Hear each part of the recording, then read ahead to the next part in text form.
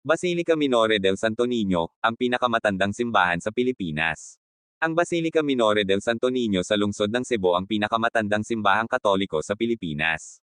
Itinatag ito noong 1565 ng mga mananaliksik na Espanyol sa pangunguna ni na Miguel Lopez de Legazpi at Fray Andres de Urdaneta, kaya ito ang kauna-unahang simbahan sa bansa. Matatagpuan dito ang banal na imahe ng Santo Niño de Cebu, isang estatwa ng Batang Hesus na ibinigay ni Ferdinand Magellan kay Reyna Juana noong 1521. Kasaysayan at kahalagahan. Ang orihinal na simbahan ay yari sa kahoy at nipangunit na sunog. Noong 1735, ipinatayo ang kasalukuyang gusali gamit ang mga batong correlate sa utos ni Gobernador General Fernando Valdez Taman.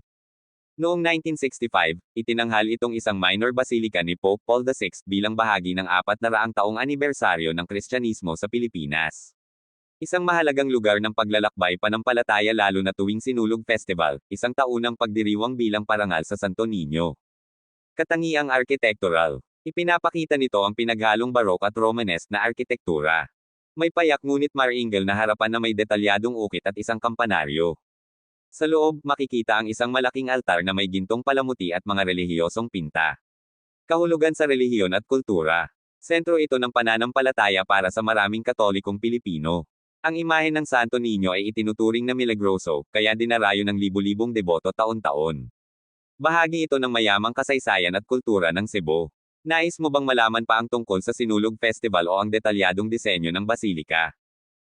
Ang Sinulog ay isa sa pinakamalaki at makukulay na pista sa Pilipinas, ginaganap taon-taon sa Cebu City bilang pagpupugay sa Santo Niño, Batang Hesus. Ito ay ipinagdiriwang tuwing ikatlong linggo ng Enero, na dinadaluhan ng milyon-milyong deboto at turista. Pinagmulan at relihiyosong kahalagahan. Nagsimula ang Sinulog noong 1521, nang dumating si Ferdinand Magellan sa Cebu at ibigay ang imahe ng Santo Niño kay Raja Humabon at Reyna Juana matapos silang binyagan sa Kristyanismo. Ito ang naging simula ng paglaganap ng Katolisismo sa Pilipinas. Ang salitang sinulog ay nagmula sa wikang Cebuano na nangangahulugang daloy ng tubig na sumasalamin sa galaw ng sayaw na pasulong at paatros. Mga tampok na kaganapan. Mga relihiyosong gawain. Ang fluvial procession, ginaganap isang araw bago ang Grand Parade, ay isang prosesyon sa dagat kung saan dinadala ang imahe ng Santo Niño sakay ng isang magarbong bangka. Mayroon ding grand procession sa gabi, kung saan libu-libong deboto ang nagdadala ng kandila at same time na nananalangin. Ang Pontifical Mass sa Basilica Minore del Santo Niño ang pinakamahalagang bahagi ng pagdiriwang, na dinadaluhan ng napakaraming mananampalataya. Sinulog Grand Parade. Pinakakilala ang pista sa makulay na street parade, kung saan ang mga mananayaw ay nakasuot ng makukulay na kasuotan at sumasayaw sa saliw ng tambol at katutubong gong. Karaniwang isinisigaw ng mga tao ang Pete Senyor, na nangangahulugang Sampit sa Senyor, o pagtawag sa Panginoon. Mayroon ding mga floats at higantes, malalaking figure na yari sa papier-mâché, na nagpapasigla sa parada. Kultural at makabagong selebrasyon. Sinulog Festival Queen Competition, isang patimpalak ng kagandahan na nagpapakita ng kahinhinan at pananampalataya.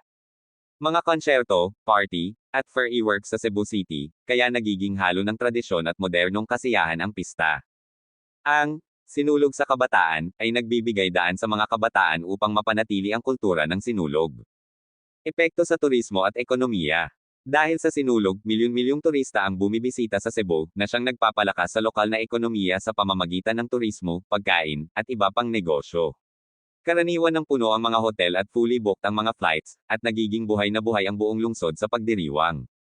Ang sinulog ay hindi lamang isang pista, ito ay isang malalim na pagpapahayag ng pananampalataya, kultura, at pagkakaisa ng mga Pilipino. Bilang isang deboto o turista, ang pagdalo sa sinulog ay isang di malilimutang karanasan na nagpapakita ng natatanging pananalig at masiglang pamana ng ating lahi.